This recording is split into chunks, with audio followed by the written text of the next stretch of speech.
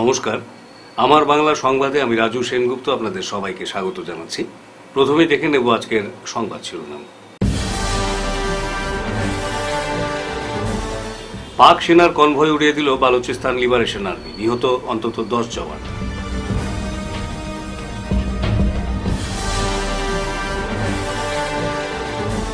পহেলগাঁও হামলার প্রতিবাদে পাকিস্তান দূতাবাসের সামনে বিক্ষোভ কাঠমান্ডুতে।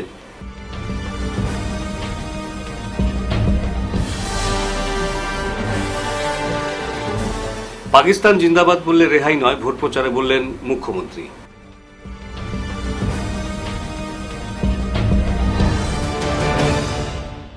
এবারে বিস্তারিত আমার বাংলা সংবাদ। ট্রেন ছিনতাই, ল্যান্ডমাইন বিস্ফোরণ আর রাজনৈতিক নেতা হত্যার পর এবার সরাসরি সেনা কনভয়ে আঘাত হানল বালুচিস্তানের বিদ্রোহীরা। কোয়েটার অদূরে মার্কেটে শুক্রবার রাতে বিস্ফোরণে এক পাক সেনা অফিসার সহ অন্তত 10 জন নিহত হয়েছেন।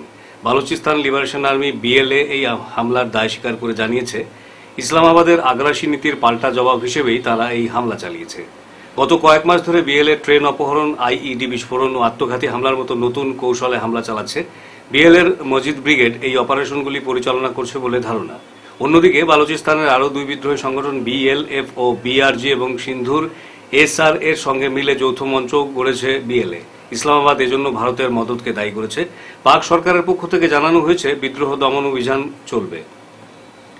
পহেলগাঁও সন্ত্রাসী হামলার বিরুদ্ধে ক্ষোভে ফেটে পড়লেও নেপাল। সোমবার কাঠমান্ডুতে পাকিস্তান দূতাবাসের সামনে জমায়েত হয়ে প্রতিবাদ সাব্যস্ত করেন স্থানীয়রা। প্ল্যাকার্ড হাতে পাকিস্তানের বিরুদ্ধে স্লোগান দিতে দেখা যায় বিক্ষোভকারীদের। 22 এপ্রিল জম্মু কাশ্মীরের পহেলগাঁওয়ে ভয়াবহ সন্ত্রাসী হামলায় প্রাণ হারান 25 জন ভারতীয় নাগরিক ও 1 জন নেপালি। এই ঘটনার তীব্র নিন্দা জানিয়ে পাকিস্তানের মদতপুষ্ট সন্ত্রাসের বিরুদ্ধে কঠোর পদক্ষেপের দাবি জানানো হয় এদিন। বিক্ষোভকারীদের মতে, সন্ত্রাসে মদত দেওয়া বন্ধ না করলে দক্ষিণ এশিয়ায় শান্তি আরও বিপন্ন হবে।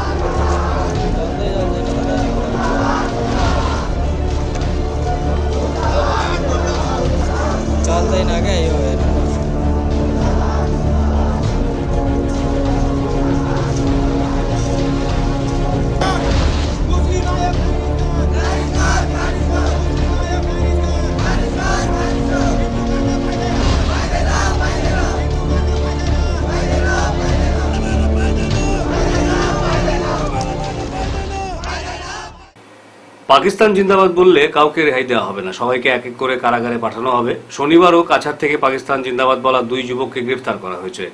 এদিন উধারবন্দ কেন্দ্রের হাতিছড়া চা বাগানের খেলার মাঠে অনুষ্ঠিত বিজয় সংকল্প সমাবেশে এই কথা বলেন মুখ্যমন্ত্রী হিমন্ত বিশ্ব শর্মা। তিনি বলেন, কাছাড় জেলার সব আসনেই বিজেপি প্রার্থী জয়ী হবে। রাজ্যে যখন পঞ্চায়েত নির্বাচন উৎসাহের সঙ্গে শুরু হয়েছে, তখন কাশ্মীরের পহেলগাঁওয়ে দুর্ভাগ্যজনক ঘটনা সংঘটিত হয়েছে। পাকিস্তান মদতপুষ্ট জঙ্গিরা ভারতের নিরপরাধ মানুষকে হত্যা করেছে। এর বিপরীতে প্রধানমন্ত্রী নরেন্দ্র মোদী সংকল্প নিয়েছেন যে জঙ্গিরা যেখানেই থাকবে সেখানে গিয়ে তাদের হত্যা করা হবে। দেশে যারা দেশদ্রোহী রয়েছেন তাদের চিহ্নিত করে কারাগারে পাঠানো হবে, কাউকে ছাড়া হবে না। পাকিস্তানের চামচাদের চুন চুন করে মারা হবে। আসাম মোদীজির সঙ্গে আছে। आज सुबह भी हम कासार जिला से 2 व्यक्ति को अरेस्ट किया जो फेसबुक में पाकिस्तान को जिंदाबाद लिखने का हिम्मत किए थे। परसों दिन हमने हिंद समष्टि का एमएलए अमीनुल इस्लाम को गिरफ्तार किया। मैं पाकिस्तान का चमचा लोगों को बोलना चाहूंगा, अगर भारत का नमक खा के अगर पाकिस्तान का आप लोग समझामी करेगा तो आप लोगों का ठिकाना जेल का अंदर होगा, जेल का अंदर होगा।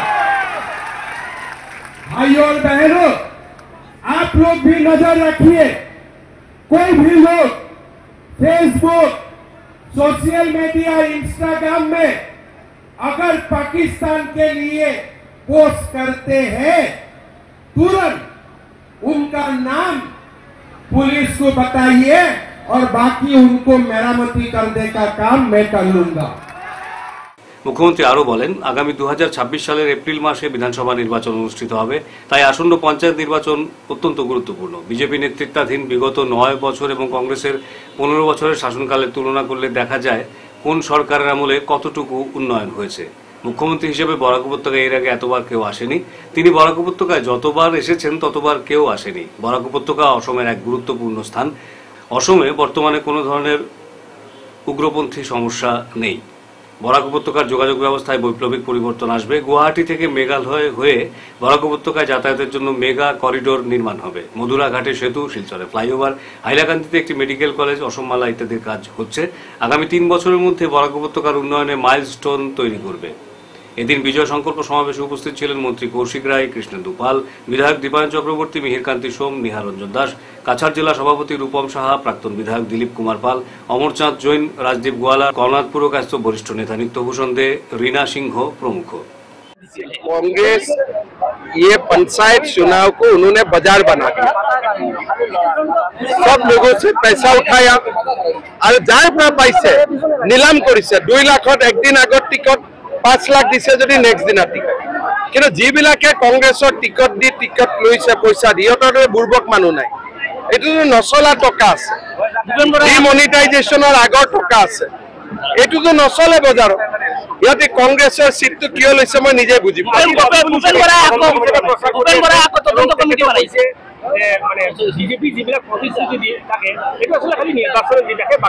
এটা বিজেপি এটা চৰকাৰ প্ৰতিশ্ৰুতি 100%, যি মানুহে আজিলৈকে ভাবাও নাই যে এইটো হ'ব জানো, সেইটো আমি কৰি দেখুৱাইছো।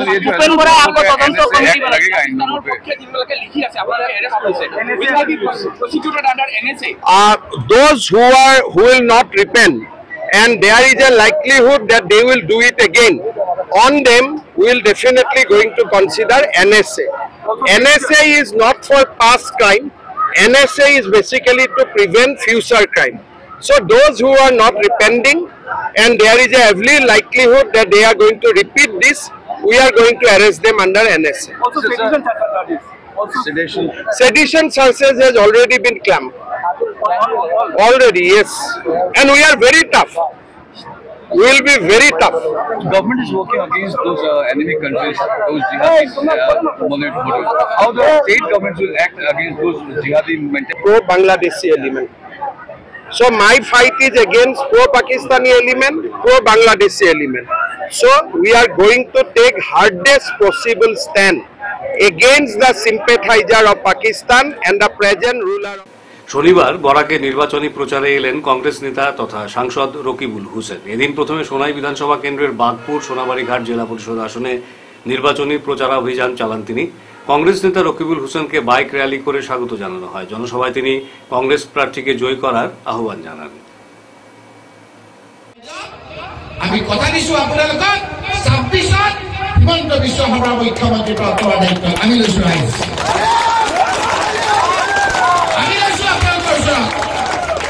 এটা ভোট আপোনালোকে নষ্ট নকৰিব, কথাবিলাক অলপ বুজিবলৈ যত্ন কৰিব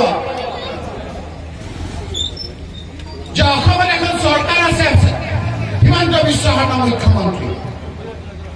সাংবিধানিক একটা ব্যৱস্থা যে 5 বছৰ ৰাজ্য চৰকাৰ, 5 বছৰ কেন্দ্ৰ চৰকাৰ, আৰু সাংবিধানিক ব্যৱস্থা যেতিয়া ৰাজীৱ গান্ধী প্ৰধানমন্ত্ৰী আছিল কৈছিল, বিভিন্ন ঠাইত কৈছিল, গৈ পেলাই দেখিছিল যে গাঁওবিলাকৰ অৱস্থা বেয়া। কিয় বেয়া? তেতিয়া দেখিছিল যে দিল্লীৰ পৰা যিটো 1 টকা পঠিয়াই দিয়ে, 1 টকা পঠিয়াই ৰাজধানীত আহি 50 পইচা নাইকিয়া হৈ যায়। আৰু যেতিয়া ৰাজধানীত 50 পইচা নাইকিয়া হয়, ডিচি অফিচত 25 পইচা নাইকিয়া হৈ যায়। আৰু গাঁৱৰ উন্নয়নৰ কাৰণে পঠোৱা 1 টকা মাত্ৰ গাঁৱত আহি 25 পইচা পায়। ৰাজীৱ গান্ধীয়ে দেখিলে এইটো কথা হ'ব নোৱাৰে, গাঁৱৰ পইচা গাঁৱলৈ যাব।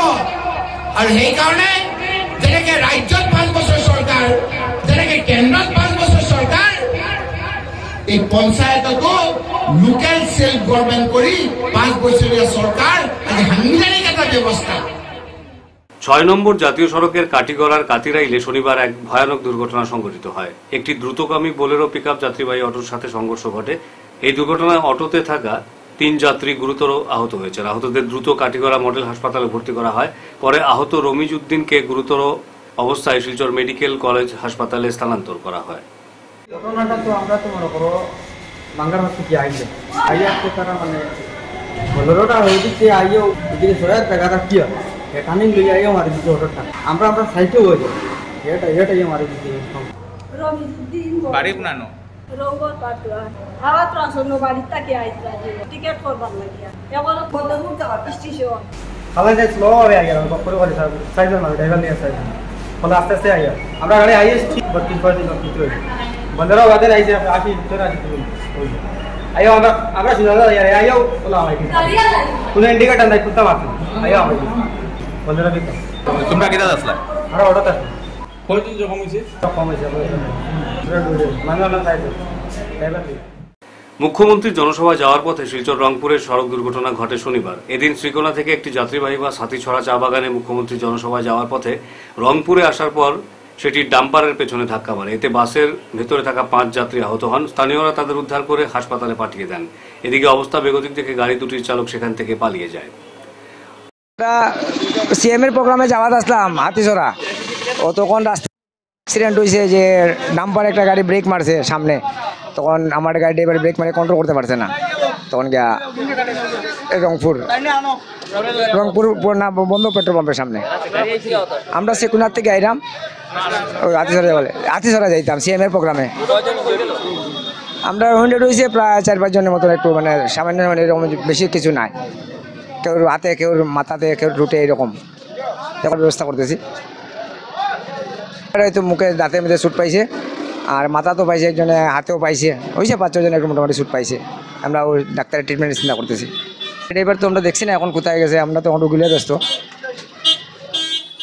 রাজ্যের আসন্ন পঞ্চায়েত নির্বাচনকে সামনে রেখে নিজ নিজ কেন্দ্রে প্রার্থীরা ভোটারদের প্রভাবিত করতে উঠে পড়ে লেগেছেন। পিছিয়ে নেই তাপাং ব্লকের ভারতীয় জাতীয় কংগ্রেসের জেলা পরিষদ প্রার্থী রাকেশ দাসও।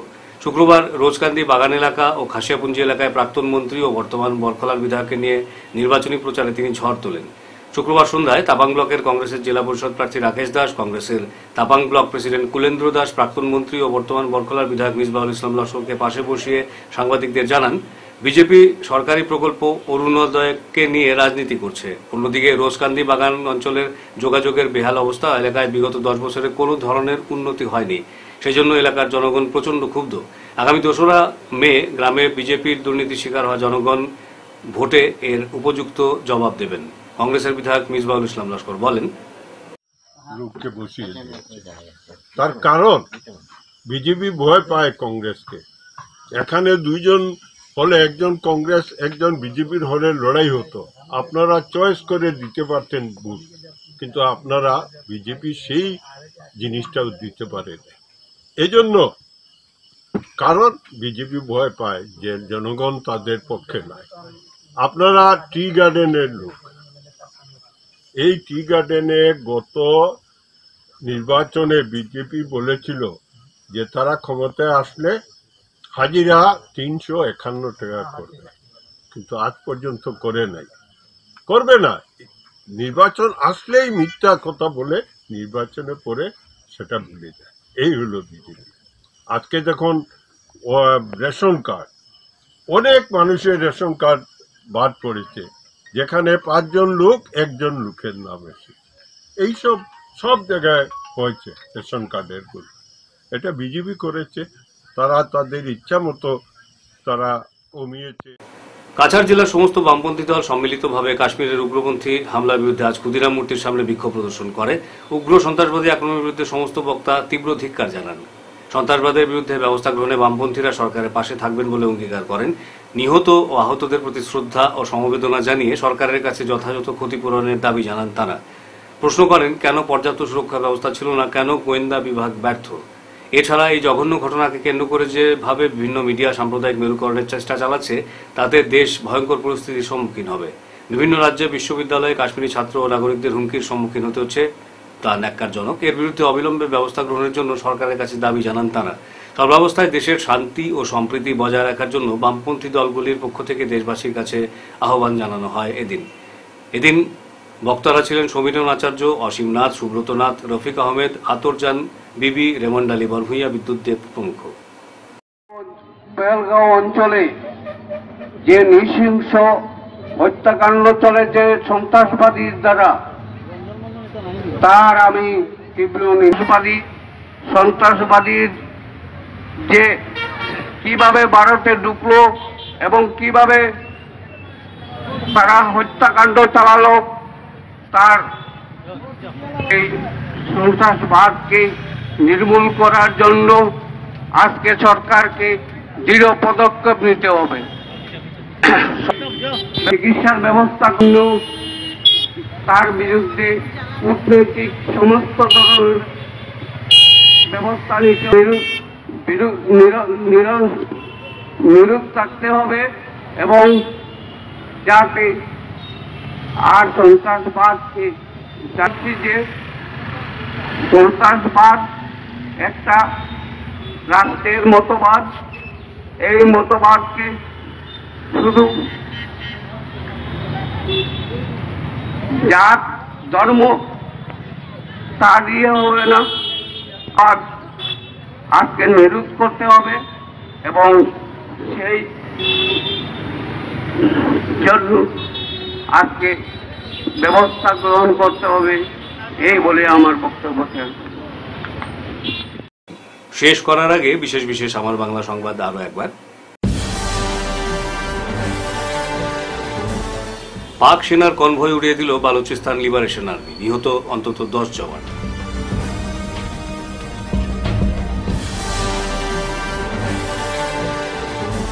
পহেলগাঁও হামলার প্রতিবাদে পাকিস্তান দূতাবাসের সামনে বিক্ষোভ কাঠমান্ডুতে।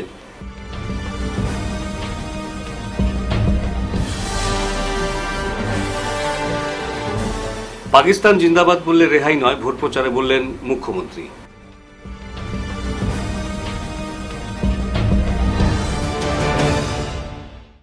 আজকের মতো আমার বাংলা সংবাদ এ পর্যন্তই। নমস্কার।